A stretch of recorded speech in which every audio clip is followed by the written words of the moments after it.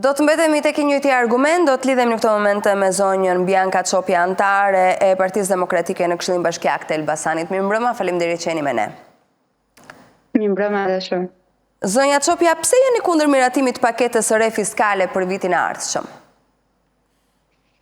Atëre, jemi kundër sigurisht sepse flasim për një rritje të tarifave, të disa prej tarifave deri në vlerën 24%.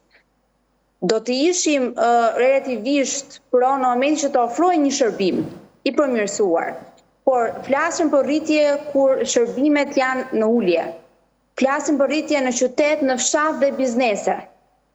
Kjo nuk është një masë financiare e bashkisë, por tregon për paaftësinë e menaxhimit të tyre.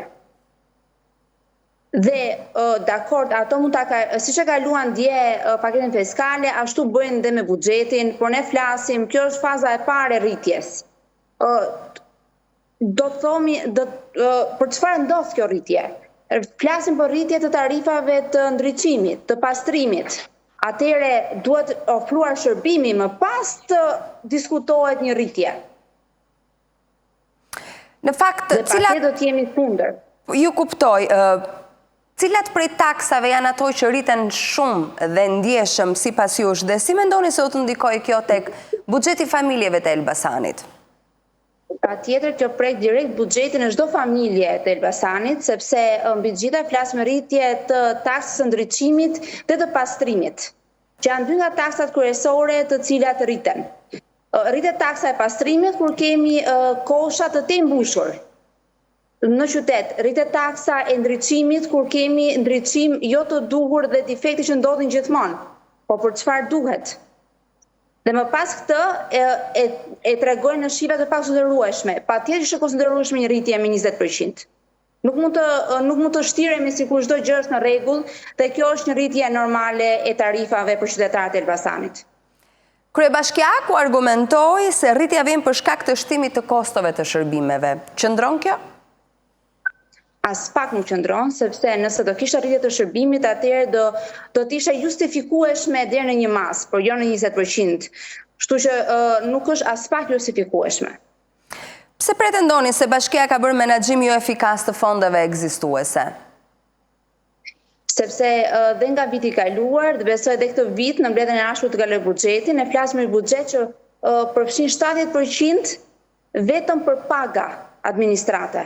Përsa ko flasim për një buxhet që kalon më shumë se gjysmën e tij për pagë administrate, do të thotë që ne mbledhim taksa dhe detyrime vetëm për paguar administratën e fryrë që kemi, dhe jo për të ofruar shërbime. Një nga taksa që do të rritej është edhe ajo për pastrimin, sikurse ju e thatë që në fakt Elbasani rezulton të ketë një ndotje shumë të lartë. Mendoni që rritja e kësaj takse do të zgjidhë të problematikë shumë serioze? Nuk i referohem vetëm ndotjes mjedisit, ambientit nga djegja e mbeturinave, por edhe ndotjes në tërësitë të qytetit. Atëherë, kjo nuk është as pak zgjidhje, sepse siç e thash në mbledhjen e djeshme, ne flasim për kontrata që janë të pakontrolluara nga Këshilli Bashkiak dhe nga Bashkia bashkë, kontrata pastrimi, kontrata drejtimi, që nuk dihet akoma se sa punëtor janë, se sa funksionojnë, në borderon mund të jenë shumë, por sa janë në terren. Dhe ne flasim për Elbasanin që qyteti fatkeqësisht më i ndotur në Shqipëri. Kështu kjo rritje nuk është se do të rregulloj as pak, po thjesht do të rëndoj xhepet e qytetarëve të Elbasanit.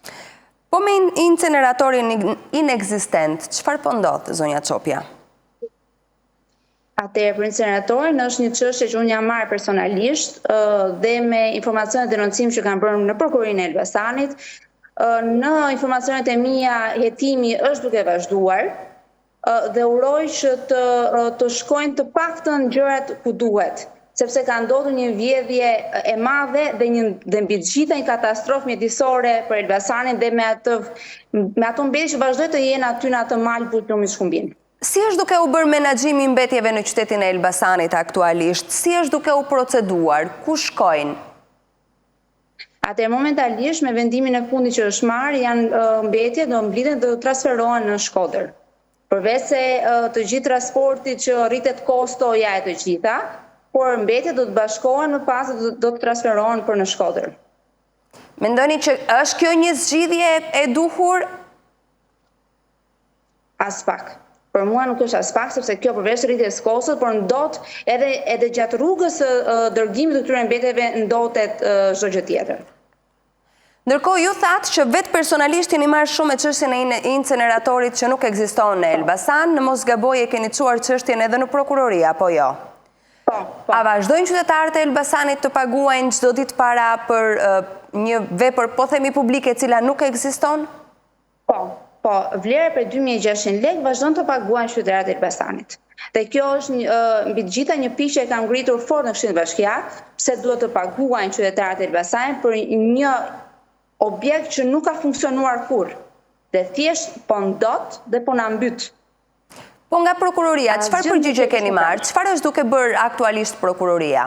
Në informacionin e fundit që kam kërkuar nga prokuroria, përgjigjja ka qenë vetëm që hetimi po vazhdon lidhje me inceneratorin, të do darim deklarat ndoshta pak më vonë për vijimin e këtyre hetimeve. Keni menduar ta çoni edhe më tej, për shembull ti referoni të gjitha materialet që keni për inceneratorin në SPAK? Po, por jam duke pritur vendimin që do merret në prokuroria e Elbasanit, duke qenë se në shkresën e fundit konfirmuan që nuk mund të japin informacion më tejshme për arsye të hetimit. Duke pritur përgjigjen e tyre, patjetër kam të vendosur që këtë gjë do ta çoj deri në fund, se mbi të gjitha unë jam qytetare e këtij vendi ku jetoj dhe kjo është për te politike, është mbi të gjitha një çështje jetësore për çdo që jeton këtu tek ne. E kuptoj. Zonja Çopja, faleminderit që ishit me ne. Faleminderit ju.